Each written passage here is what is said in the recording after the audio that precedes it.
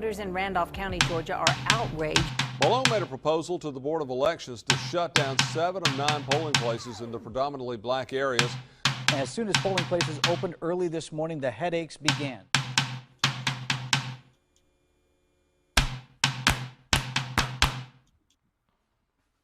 They purged 500,000 voters. Are you removing black voters from the voter rolls just so you can win this election?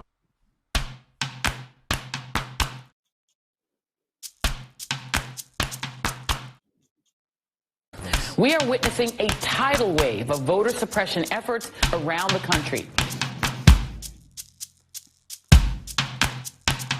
This is what we call voter suppression. It is not letting me vote for who I want to vote for.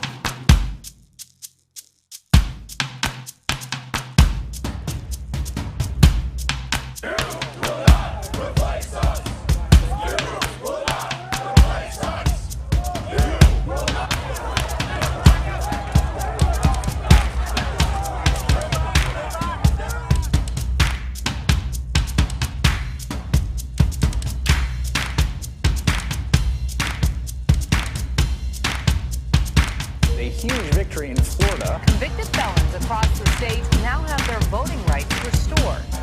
And I promise you tonight, we're going to make sure that every vote is counted. Every single vote.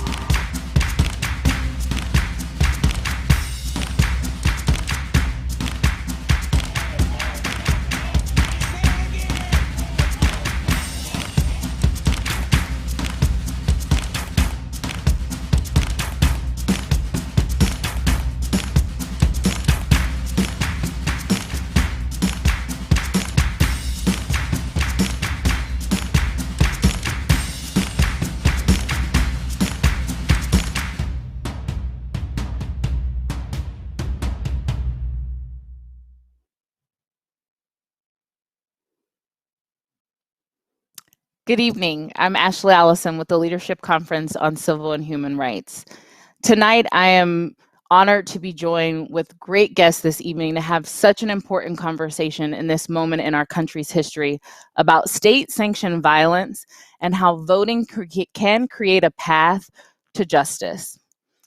You know, just back in March, what feels like a lifetime ago, we were in Selma, Alabama, commemorating the 55th anniversary of Bloody Sunday.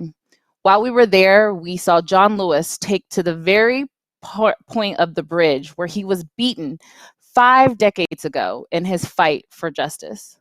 While we were also in Selma, we launched the And Still I Vote campaign, a demand, a call to action that despite every effort to suppress us, to silence us, to kill us, and to erase us, and still I vote. We know this campaign is more important now than ever before after we saw the photos and images and videos of what happened in April during the Wisconsin primary. Black and brown voters standing in line for hours in the rain while it hailed on them just to vote. That isn't what democracy should look like in this country. And then just days ago, we learned of the tragic killing of Ahmaud Arbery, Sean Reed, and Breonna Taylor. We also know there are names that we don't know because there isn't a video or their names never made the news. But their lives deserve justice. Today, we're going to highlight 2 films, Blood is at the Doorstep and Rest in Power. Stories about 2 young Black men whose lives were taken too early by state-sanctioned violence. We want justice for them. We also want people to vote. Today, I am so honored to be joined with both of their mothers, Mrs. Sybrina Fulton and Mrs. Maria Hamilton. And we also have a special guest, philanthropist Ms. Tina Knowles. Before we start the conversation tonight, though, I want to showcase just a short piece of those films. First, the story of Dontre Hamilton, Blood is at the Doorstep. Take a look at that film for a second. Dontre was a big factor in our family. Working with Dontre got me into this crap. He was like a smooth dude, so in high school he had a little perm.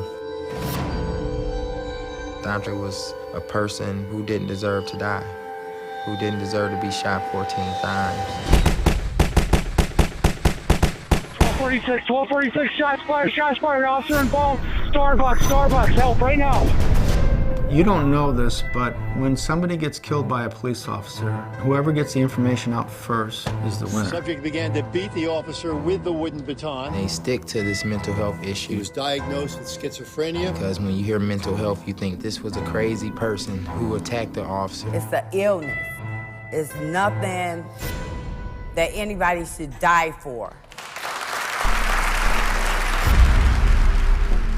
We're not going to continue to accept what's going on in the black and brown communities around the nation. To try to fit it into the national narrative, this doesn't fit the template. And there were a lot of bald-faced opportunists who decided it was a race story. Why couldn't you just talk to him? The attack was so quick and so violent. I really felt like my brains were coming out. I would say I'm a non-confrontational person, but they're not taking it serious. This community's at risk already. And it's not because men and women in blue risk their lives protecting. If the chief cannot stand before the membership, then maybe it's time that he packs his bags. The whole system has a mental problem. So when will we stand up?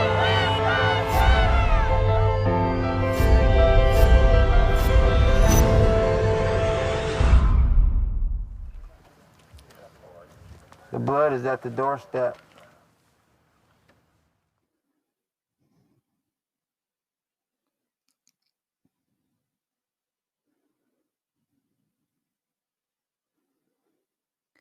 I know those images can be hard to watch, but we must know those stories. We must fight for their lives.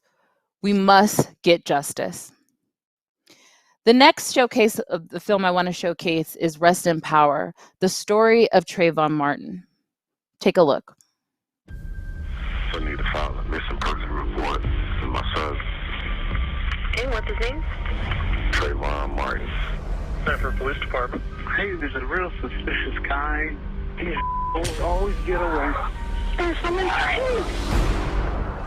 How many more kids will we wait for them to kill? My tears collecting like raindrops on a windowsill. This kid was profiled, pursued, and shot in the heart. George Zimmerman claimed self-defense, standing his ground. It just polarized the country. We were overcome with fear and anger. Trayvon became the face of our community. We had to go to war for him. Rest in power. Rest in paradise. To all the babies too young to have had to pay the price. You choose to grieve or to fight. It took my son being shot down to make me stand up. Rest in power. Rest in paradise. You have become a symbol in the spirit life.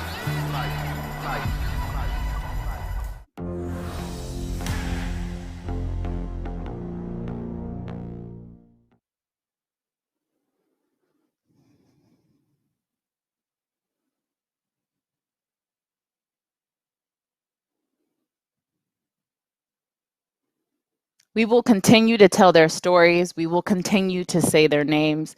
And tonight, I am honored to be joined with both of their mothers. Maria Hamilton, mother of the late Dontre Hamilton. Sybrina Fulton, mother of the late Trayvon Martin. And philanthropist, Miss Tina Knowles Lawson. Welcome to our conversation about state-sanctioned violence and the importance of voting. Good evening, ladies. Hello. Thank you so much for joining us, for sharing your story. I want to get right into the conversation. Miss Hamilton and Miss Fulton, I want to go to you first. We saw just a short snip of your son's stories through those trailers, but I want to give you a second to tell our audience about your sons and what happened to them. Miss Hamilton, I want to start with you. Hi, everyone. Yes, Dontre was my youngest son. He was 31 years old when he was taken from me. Dontre frequently went to the parks to pass out waters and drinks to people there. So he was in his comfort place, somewhere where he enjoyed being at. There was a Starbucks manager that was uncomfortable with his presence and wanted him to be Christopher Manning, the police officer that killed Dontre, actually was the beat cop in that area, and she wasn't able to reach him, so she left a message for him to actually come to the park. While she was actually waiting to hear back from him, she called the non-emergency number to have someone come and do a welfare check. Now, there's an assumption that she thought something was wrong with him, but she wasn't sure. But she never approached him, and two officers came. One talked to her, one talked with him, and they found that he had every right to be in that park. He wasn't doing anything wrong.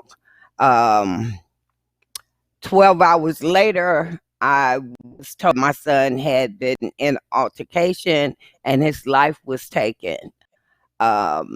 We fought for the truth, and a lot of the suppressed racism in Milwaukee unfolded during that time that we were actually seeking the truth.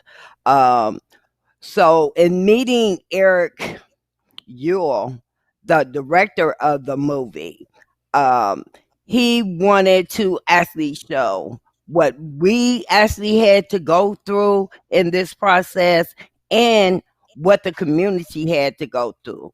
And he also wanted to share the side of the police and also the racism that we've been plagued with in this state. Dontre has brought life to a city that's being suppressed, not only in voting, but also in general. There's 60% African American in the city of Milwaukee, and it's the worstest kind of life arrangements that you could live in. And Dontre's death actually brought a community together where we started holding the conversations about racism, about the treatments of our education, about who is actually governing our city and who's making those decisions that rest upon how we live. So I'm grateful to be used to do this work because it's needed. Well, we are thankful that you continue to share your voice, but it's unfortunate that Black women have to always be the one to carry that burden. Ms. Fulton, I want to go to you and hear you share the story of your son, Trayvon. Trayvon that you showed, it just, every time I see him, but smile. Years old. The person was 28 years old. The 7-Eleven after getting drink, and he was walking back to the house where he left. As he walked, he was followed. He mentioned with the young lady that he was talking. A person chased him, followed him, pursued him, and murdered him. Shot and killed him. And he ran, and person caught up with him. That absolutely Trayvon screaming on the 911 tapes. I mean, I don't know anybody that is 28 years old that has a loaded gun and would see a 17-year-old and would be hollering. You know why a person would be hollering if you're carrying a loaded weapon. Absolutely Trayvon on the 911. And then we went through a series of listening to critics, the media, people saying all kind of different things about what Trayvon was doing in the area. And I don't think that's more respectable in Americans, because gotten too comfortable killing people of color and held accountable. So with the tragic death of Trayvon, it kind of a lot of people's eyes.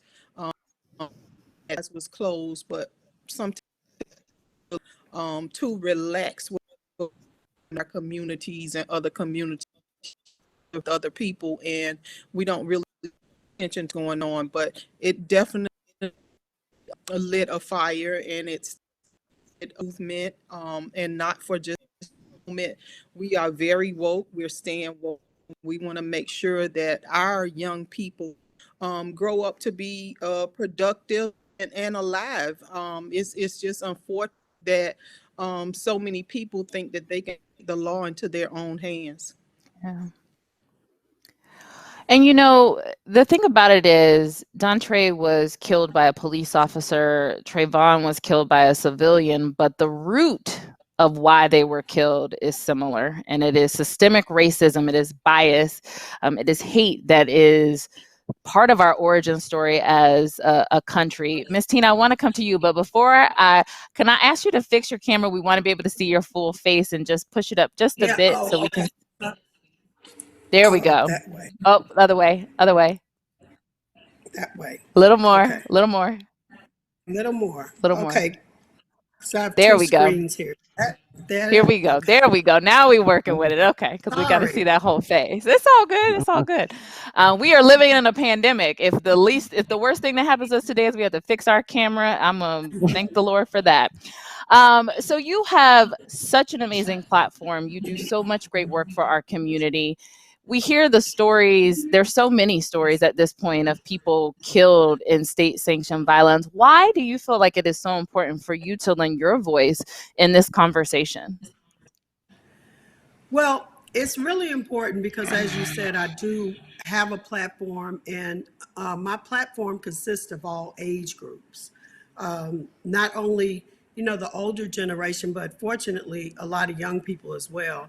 And it just the disregard for life, for Black life, and how worthless it seems to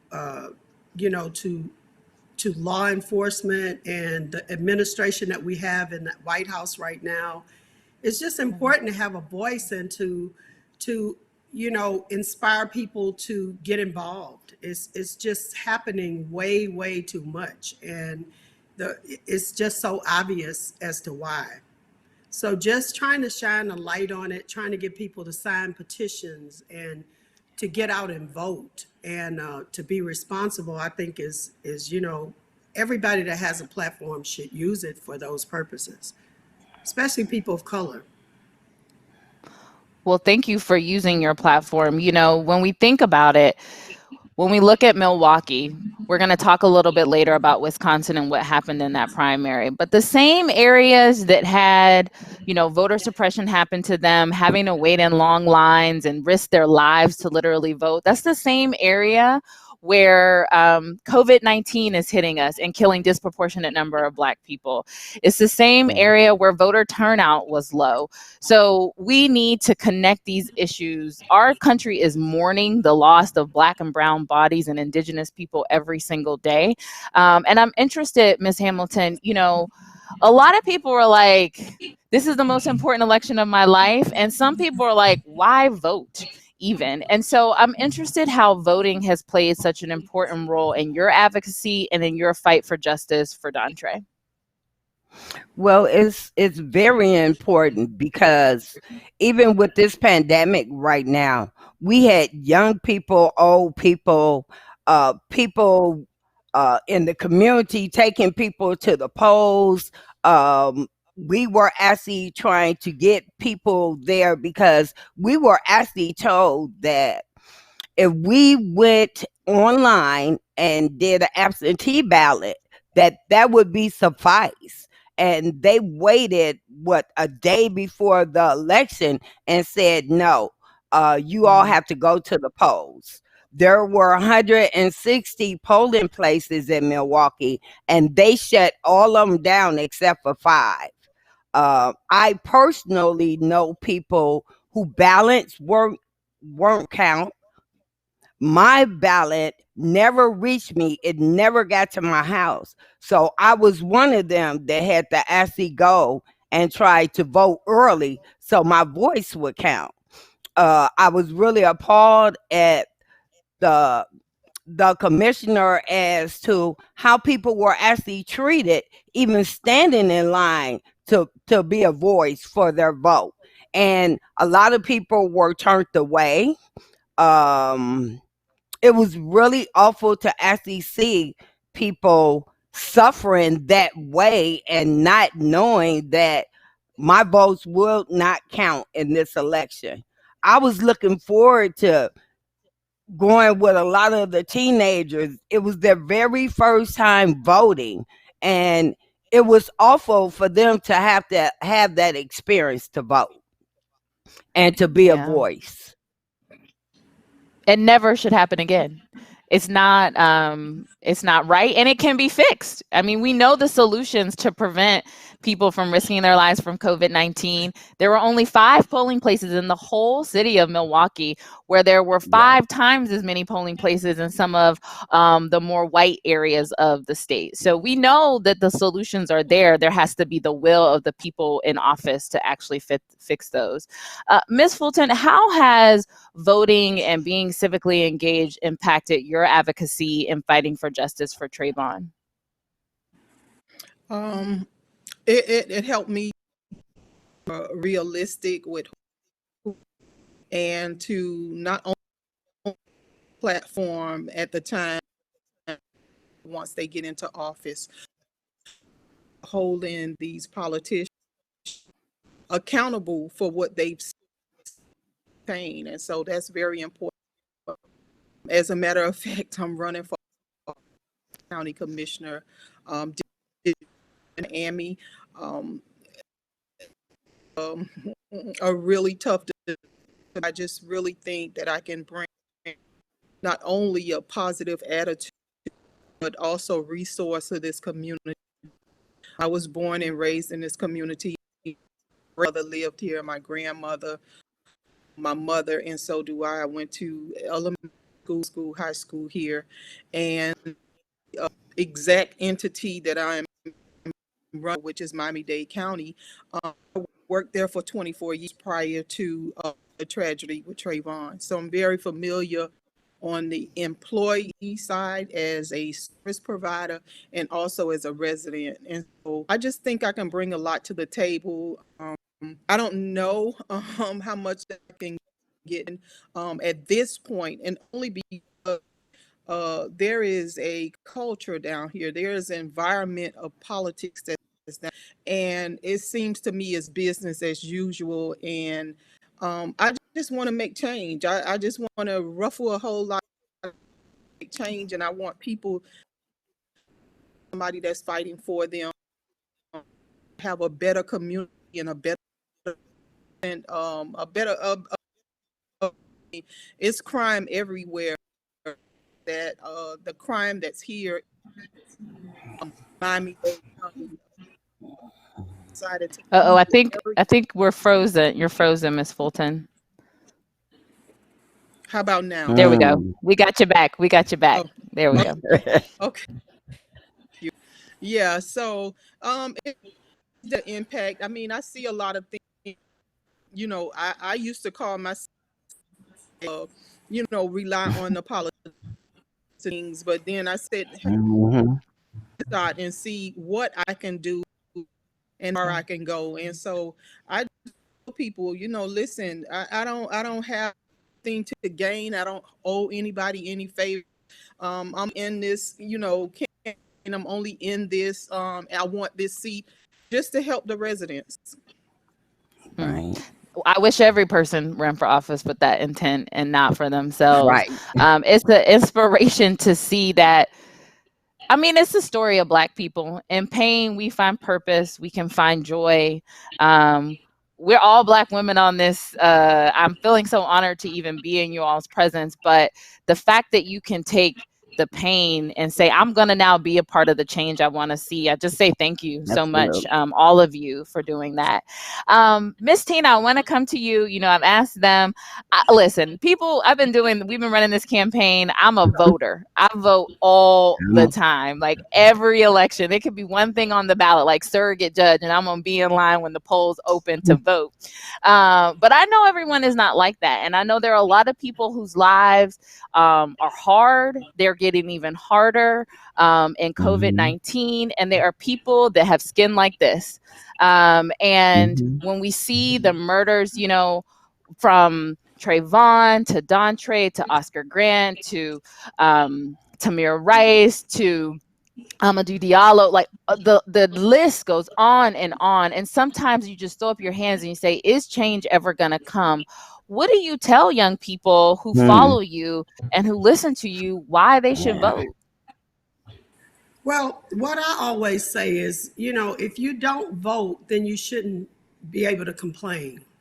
Because the only way you're going to affect the change is to go and vote and be responsible and do your part in what's going on, and not, you know, it's nothing worse than somebody saying, oh, if I do vote, if I don't vote, it really doesn't make a difference. Yes, it does, because every vote counts. And we just have to keep fighting. Like, we can't, I think that people bet on us being enraged about when we have these horrible crimes against our children.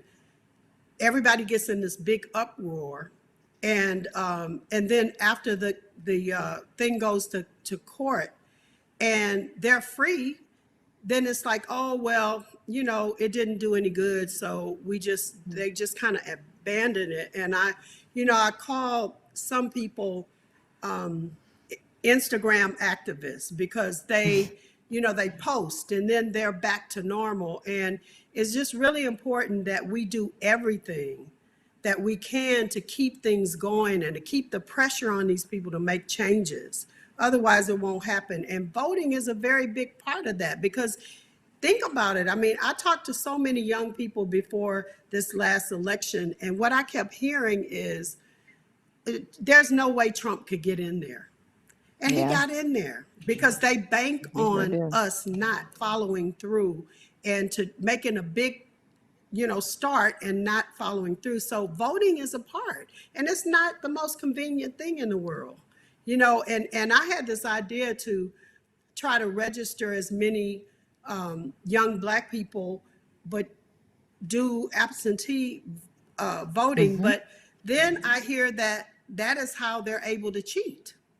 So I'm just really confused, and I would appreciate any information you have on that, because, with COVID right now, it's going to be difficult. It's going to be a challenge. But, if we can line up to go to, food restaurants and hot spots and things like that, then we can try to protect ourselves as best we can and vote. Because if we don't, we are in the biggest trouble ever. We can't have another term of this. No, we can't. No, we cannot. So just to answer your question about voting, we're going to talk a little bit more about how to vote safely, what people should be advocating for. The question you ask, a lot of people know. I mean, it's really why we started And Still I Vote. We believe that people should be able to have options. If you want to go in person, they should be safe. So early voting should be accessible. There should be protection gear so that people are not compromising their health, like we saw in Wisconsin. We also are saying absentee voting. Some folks have worried about people potentially being able to cheat. We are doing work every single day. There's organizations fighting every single day to ensure that that doesn't happen, to ensure that every ballot, that when a ballot is requested by a voter, it gets to that voter, that they fill it out completely, that they're able to return, and that it's counted, and that we're tracking those votes as well to ensure that if you don't see your vote come up on the rolls, that's the time to ask questions. There's also a hotline, 1-866-R-VOTE, that you can call if you have questions, if you feel like your vote is being compromised, if you try and register and you're not getting on the rolls. It's one of our partners at the Lawyers Committee, and they do a lot of work to help protect. So there are things that we're putting in place to make sure. But like you said, after you post, go vote. That's the same for 2020. Post and then vote. Yes.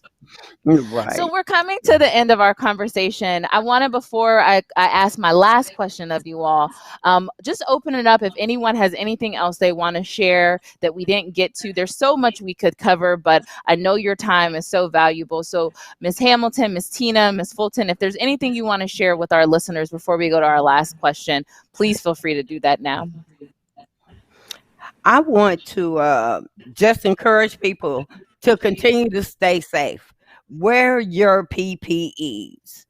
Do the social distancing. A lot of states are opening up, and we still have voting about to come up in the late fall. And we're hoping that we can really curb the amount of Black deaths that are happening in our communities and across the United States.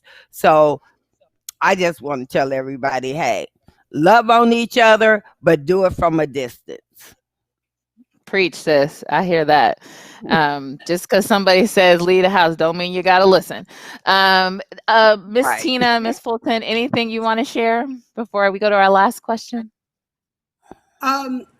I would just like to share, I mean, not to harp on what I was talking about earlier, but just that people are diligent and that they get information from organizations like yourself on what they can do personally, because it's really overwhelming to look at things and say, you know, I'm an average person and working person, and what can I do? I mean, how can my voice count? But we just need to educate ourselves on how we can make a difference. Just every little bit adds up to make us strong. If we stick together and if we just continue to push and not give up so quickly, I think we could have an impact. But how does someone who is a working class person, that's an everyday person, how do they help? That's So a there's question of you. I love this. I could tell you all day how long how you can help. So the first thing is help yourself and register to vote. Before you know when they say you're on an airplane, it's like put your mask on first, then the person next to you, get your registration set up, get your absentee ballot, get your voting plan, and then check and make sure all the people that you come in contact, even via social distancing, your friends, your family, the people on your social media channels, do the same. If you want to get involved, you can sign up at stillavote.org, and we have a system set up where you can literally send emails to elected officials saying what you want your voting process to look like. So if you want your state to send everybody a mail-in ballot, you can ask for that. The other thing is that right now, there are trillions of dollars being released by the federal government, for some to corporations and some to the people. I will tell you, not enough to the people and too many to the corporations. But we need money to make sure that these elections are run safely, so that there is PPE, so that there is enough ballots. You know, in Wisconsin, they ran out of ballots to mail people. That's why some people didn't get them. How do we live in 2020 having the most important election of our life and ballots run out? That's shameful. That's not what this country should be about. That's not what our democracy is. So you can go to stillavote.org. You can do something as simple as sending an email to your elected official. You can tweet at them. There are people, you can make a phone call. You can tell people, you can join and you can watch. You can share the story of Trayvon and Dontre, because a lot of times people don't want to vote because they don't see how the issues are impacted. But we need people. That's why it's so great that Ms. Fulton is running. We need people who know the pain, who know our stories, who are representing us, and who care about our lives. We'll talk a little bit more later in the program about what you can do when we're joined by one of the local advocates, but do something, register and vote. Ms. Fulton, is there anything that you'd like to say before we go to our last question? That we have to continue to give up. We got to continue that basically our young that how is, because I don't really think they realize what it is. And so we have to continue to people. We have to make sure that not only are we registered to vote and we have our absentee ballot and voting, but we have to make sure that our family, close family and our friends, and then we'll do a outreach to other people. In addition to that, I think when we have the people of influence that are encouraging people to vote, that works. A lot of times you get different rappers, singers, actresses, movie stars, and things like that to encourage people to vote, and it works, and they really get out and vote because they're listening to these people. I mean, if we can get a Beyonce Hey. or a Cardi B, or we just have to push it. Are really listening. Our young people, if they can go out and buy these and they can get these experiences, they can encourage these people and just to keep us to vote. We got to keep talking. Like, we can't talk and continue, just talk. Opportunity in every chance we get, how important it is for them. Absolutely. Okay, so for the last question of our conversation, I really do want to thank you all for taking time tonight and share. It's such an important conversation. We are living in the middle of a pandemic. We are not able to leave our homes. We cannot hug people who are not living with us. People have, millions, 26 million people have lost their jobs. We see murders by police officers, by civilians, of Black bodies. Just this past week, more Black people are dying of COVID at disproportionate rates. The Navajo Nation is being ravaged by this disease. In all of that challenge and in all of that pain, what is the thing in this moment that is giving you hope, Miss Tina? The thing that's giving me, I guess, the most hope is that, I have faith to begin with, faith in God, and I just feel like this too shall pass. How we handle it during this time, because it is a lot of tension, it's a lot of stress, it's a lot of unemployment, it's a lot of sadness. My hope in this is to see people helping each other. I think that it has brought about a tenderness and a softness to the world that, we had just gotten completely away from having compassion for anyone. And I think it's brought back a lot of, if I can see any silver lining, I think God was trying to tell us something, and we needed to stop and try to treat our brothers better, and, and spend time with our families and realize what's important, that all this material stuff is not, it's great to have, but it's not the be all for us, and to just, be kinder to each other. And I've seen many, many cases of that. And so I have hope that we will, we'll conquer this and we'll find a way, because we always do. And then hopefully people will not go back to the selfishness that was in the world before this. Could not agree more with you. Ms. Fulton, what is giving you hope right now? What's giving me hope is just knowing that this is a season, and just understanding that whole concept that's in the Bible that talks about the different seasons, and this is just our season right now, and we have to just weather this storm. This is a storm. We have to weather this. This is not the first event or first storm that we've had, and it won't be the last. And it's all about how things happen. I said, God did all of it. I knew I needed to rest. Like, right. Oh my God. I agree.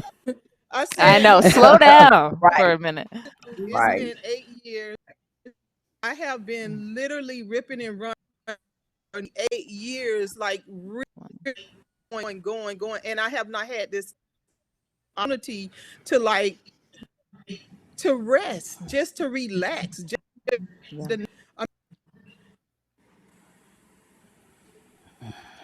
I think you froze again, but we'll come back to you if you come back. There. What, it Okay. locked again? Yeah, it did, Yeah. but you're back. You're back. Oh, okay. And just to be, and I never think about myself. I always think that I'm gonna get through this, but I do oftentimes think about people in nursing homes and people in the hospital who don't have their family with them, who can't make a call, and my heart goes out to those people who can't tell somebody that they love, I love you, and so that made me push the reset button and make sure that I tell my parents and my brothers and my sister, how I feel about them and my family. And we on a group text, and I send a good morning sunshine to them, and where I didn't have a chance to do that before. And so I thought I would be like going crazy with staying home with cabin fever. I love it. I love it. Me I too. love it. I actually they're gonna open everything. I'm in Miami, and I'm born and raised here, but they're gonna open everything back up. The mayor decided, the governor decided that they're gonna open everything back up on Monday, but not for me. As for me and That's my right. household, we will be inside. I do have gloves. I do have hand sanitizer. Washing my hands is not something new. I do wear the mask when I go out to the mall. My mall is Walmart and Target for now, but I do go and get whatever I need. And I'm just enjoying it. I rearrange my closet. I've just been able to just breathe and just take time for myself. And I thank God for this time. And you deserve it. You deserve every minute of Yes. it. And I know that they may be open in Florida, but you stay safe because we need you, sis. We need you so much. I'm And gonna be home. Okay, that's right. So let me just tell you this really fast. I called Yeah. the first set of people that go out and get their hair and nails done in the barbershops and everything. Those are the test people, so we can see what happens to them. So we'll know if we should go out or not. But for right now, Good I'll idea. be home probably another 2 weeks before I I decide know that's right. to really go out and start getting involved. And I'm not, and it's not That's because right. I'm scared. I'm paying attention not only to local news, but the national news. I'm paying attention to news in other countries, and I see what's going on. And if I see that and I know and I'm knowledgeable about it because I've watched this happen, why would I go out there based on what somebody else told me That's right. when I know better? Especially, I'm sorry, but especially the same people that came and put it out there that I believe that we couldn't get the virus. That's And wrong. also, Yeah.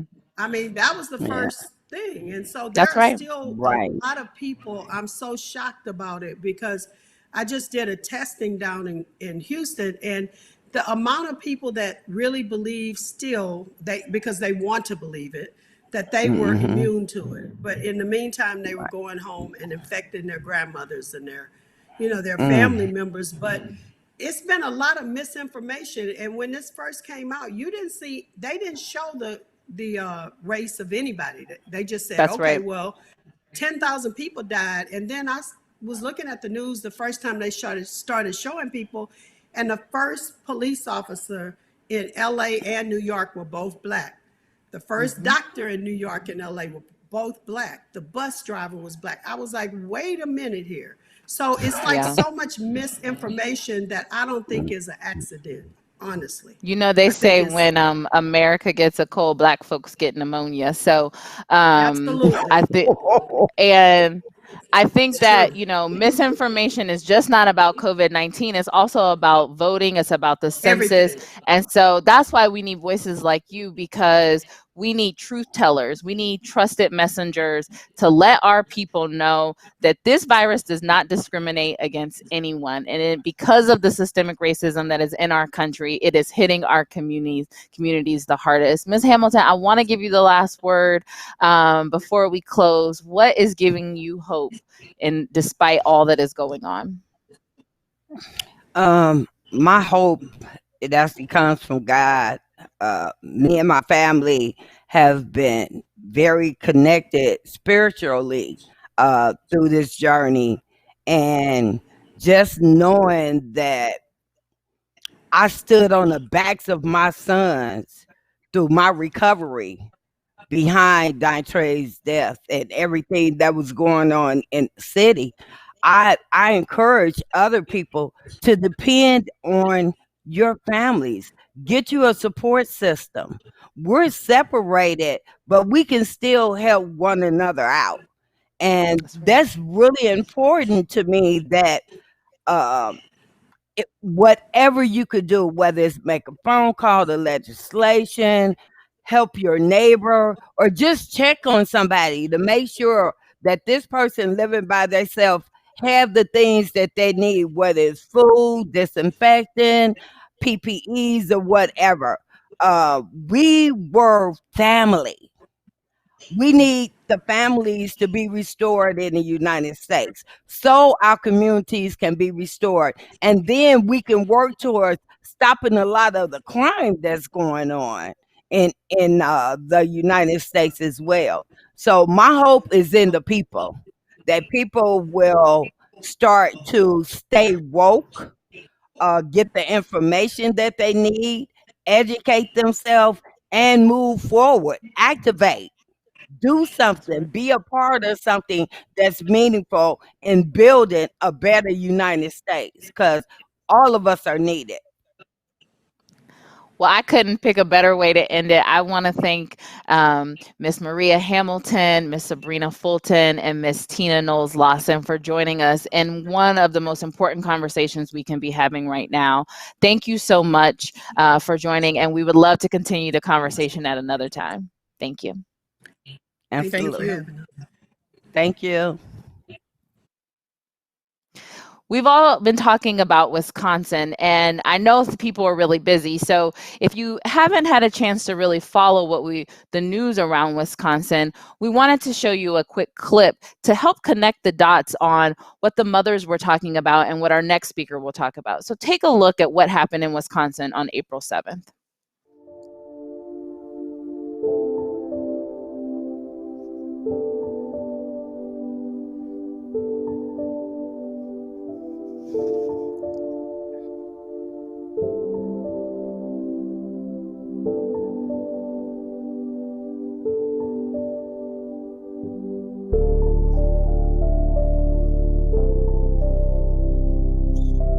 Think voting in person is putting people at risk today? I don't.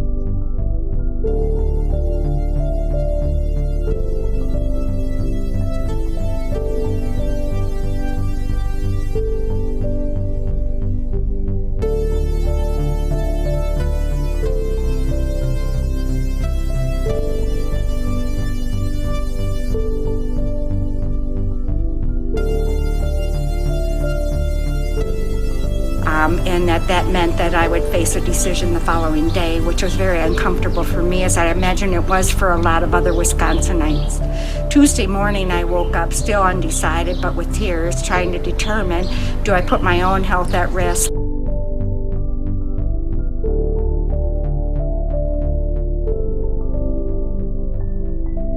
Arrive at the curbside voting area and used my passenger window for them to exchange any paperwork. I did protect myself with a mask and with gloves, and I brought in my own pen and sanitation wipes, and also covered my steering wheel with a garbage bag.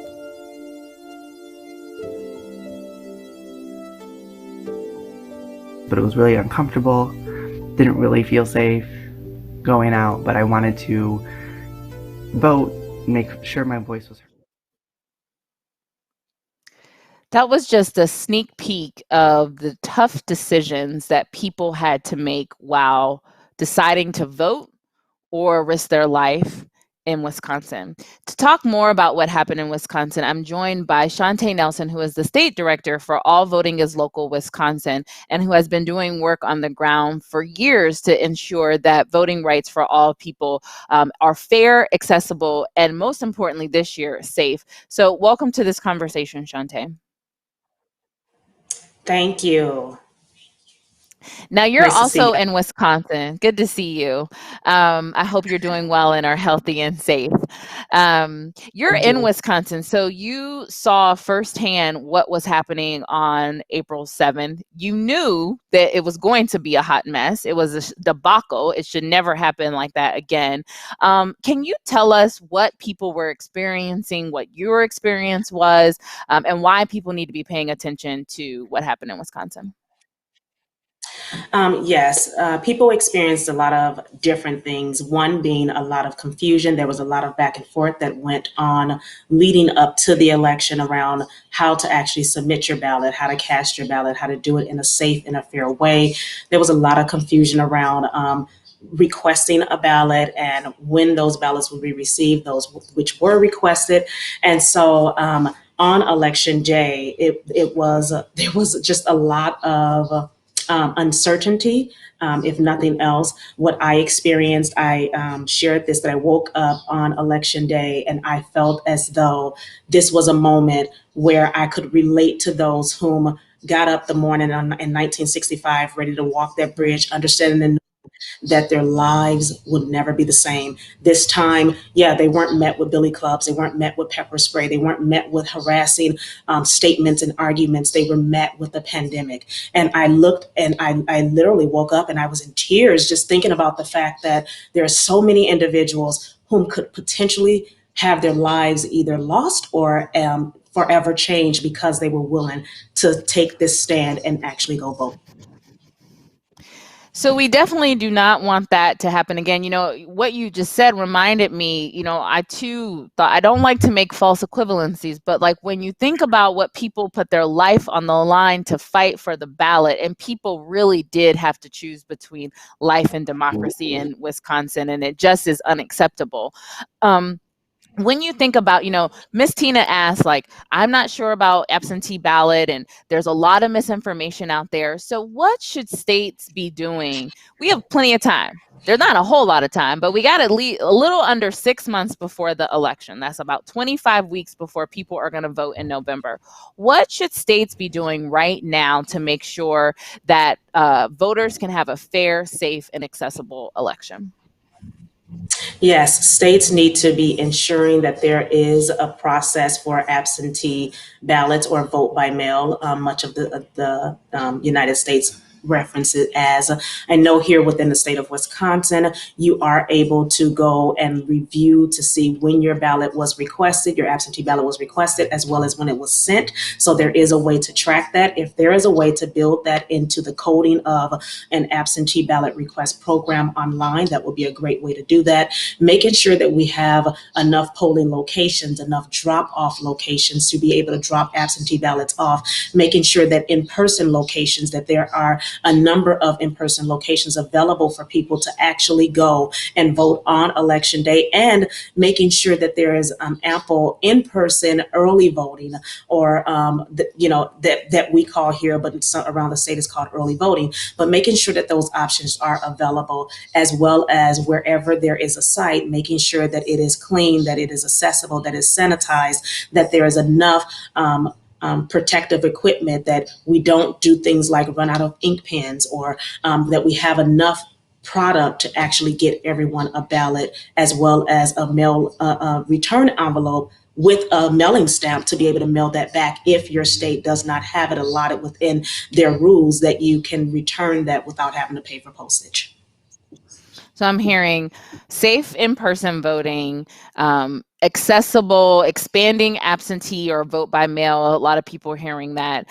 Making sure that, states are already providing postage for folks and that there's ways for people to drop off, but also early voting. So look, I went into activism and law because I was bad at math, but I do know that trying to have 100,000 people go to one polling place, that's not good math. That doesn't make sense. So that was what happened. I heard in Wisconsin is that there was only 5 polling places in Milwaukee, which meant if you did the math, about 100,000 people would have to frequent that. When you think about social distancing and just the window of time to vote, that math just doesn't add up and it doesn't make sense.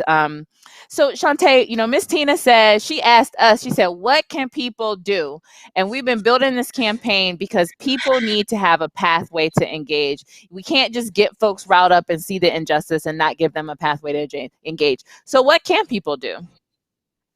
Yes, people can absolutely go to andstillivote.org. On that particular website, there will be an ability for you to share your story, for you to sign up to participate and be a voice with us in this moment. There are ways that you can, it was stated earlier in the program, you can have help yourself, of course, and help another loved one or a friend or family. There are ways that individuals can engage to ensure that they, one, understand the voting process, participate in the voting process, as well as encourage someone else to participate in that process with them. Thank you. So I just want to thank you, Shauntay, for all the work that you are doing, that you will continue to do to ensure that not just in the state of Wisconsin, but across the country, that people can have a fair, safe, and accessible election. So thank you for joining us tonight for this conversation. Thank you all for having me. So I am overjoyed, overwhelmed, encouraged based on the conversation we had this evening. When we were planning to do a movie night, and it just felt a little out of touch and insincere to just talk about voting despite what just happened in our country with the state-sanctioned violence. So we wanted to make sure we created a space for mothers who have been impacted either by police violence or violence against Black and brown bodies. We wanted to create a space for someone like a Miss Tina to come and let us know why it's so important. And we wanted to create space for someone like Shauntay, who is doing the work on the ground to ensure that people have a fair and safe and accessible election. I know our country is mourning. We are doing this program. We want you to join our fight in honor of Ahmaud Arbery, in honor of Sean Reed, and in honor of Breonna Taylor. Again, I said earlier, we know that those are just a few names that we've heard because we don't have videos or we don't see their stories in the newspaper, and we know there are more. We want the families who are impacted by state-sanctioned violence to know we are with you, we stand by you, and that we love you. We are in a really hard time as our country, but we need everyone to stay safe. We need everyone to get registered to vote, and then we need people to cast our ballot. If you want to be a part of our effort, you can go to andstillivote.org and sign up, and we will get you plugged in. You could even get one of these cool t-shirts or sweatshirts if you would like, if you sign up and win one of them throughout the process. Again, in honor of Ahmaud Arbery, in honor of Sean Reed, in honor of Breonna Taylor, and still, I vote.